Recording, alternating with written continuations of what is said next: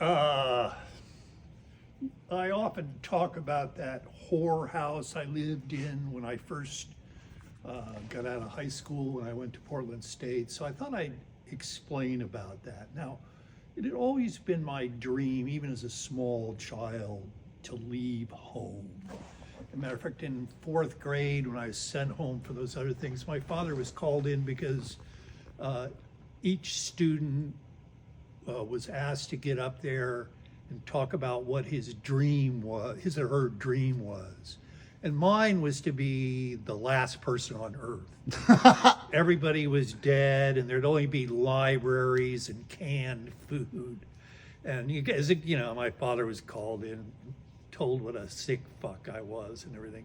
And I remember when my father lost his money, one way or another, when I was in eighth grade, he built this beautiful home, and we were actually sitting in it on the couches when the IRS came and took them out from under us. And we were renting a house. We had to wait a few months, so we went to, I think it was called the De Silva Apartments in San Mateo. And I remember my parents took us over there, and there were only 2 bedrooms, and my 2 younger brothers and I. And we were trying, they were trying to figure out how we were going to do it. And I walked over and opened a closet, and it had a light in it. And I said, I'll just live in the closet. And they said, my father said, no, you can't do that. And I said, why not? I'd rather. So I lived there in the closet for months, and I loved it. As a matter of fact, I was sorry when we moved. So the end of my senior year, I was offered a scholarship at this Trinidad State, some school at the 4 corners of the U.S., Colorado and Arizona and all that. And I was going to do that, but then they sent me the brochure, and it was 11 earnest-looking black guys doing helicopter dunks. And I thought, yeah, this just isn't going to work. These people all look like red hot. So I turned down the scholarship, and it was kind of too late to apply anywhere else. So I ended up at Portland State.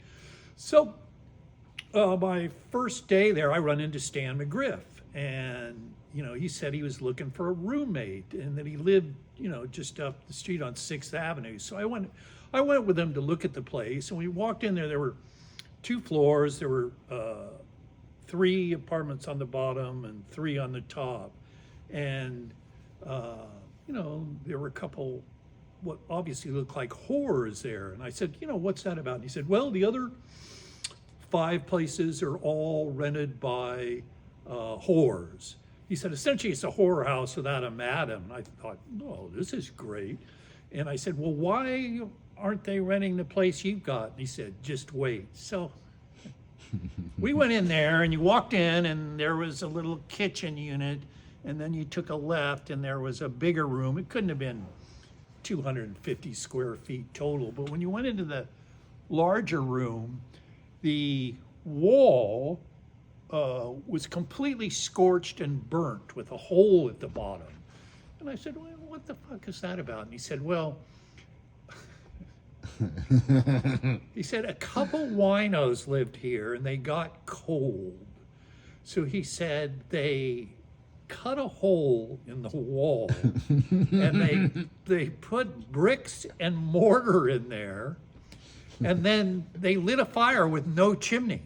I mean, people came by our place for months when I lived there just to see that.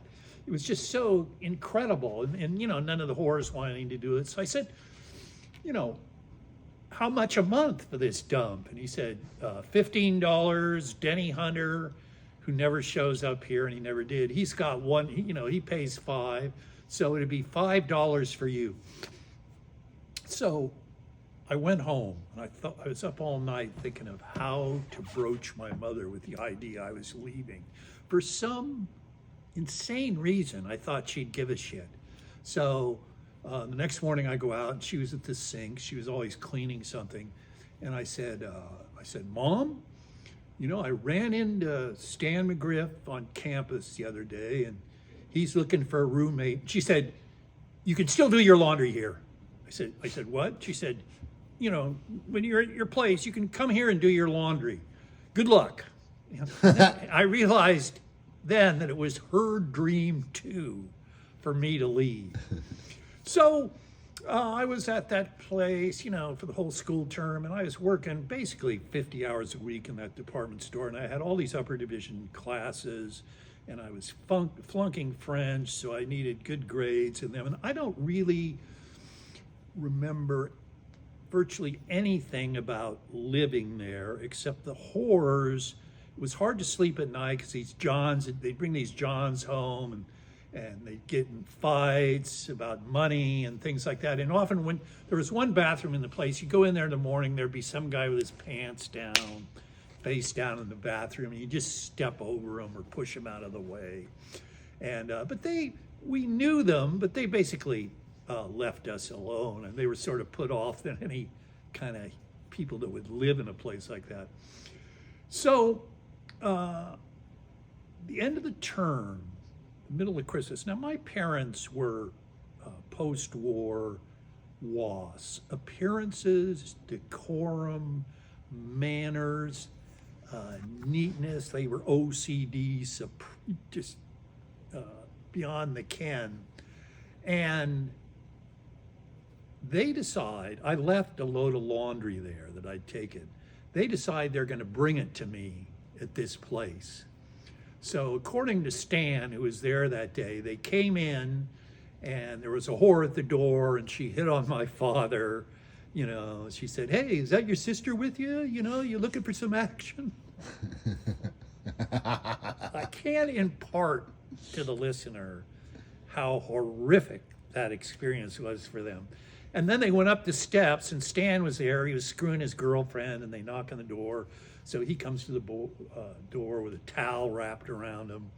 And my mother, she's barely able to speak, but she gives him the laundry and he takes it. And then they went down the steps and they came out front and there were steps there and they started down them. And I was just coming back from school and I knew immediately, this is, you're lucky if you have all these incandescent moments in your life. And I knew this was my high noon.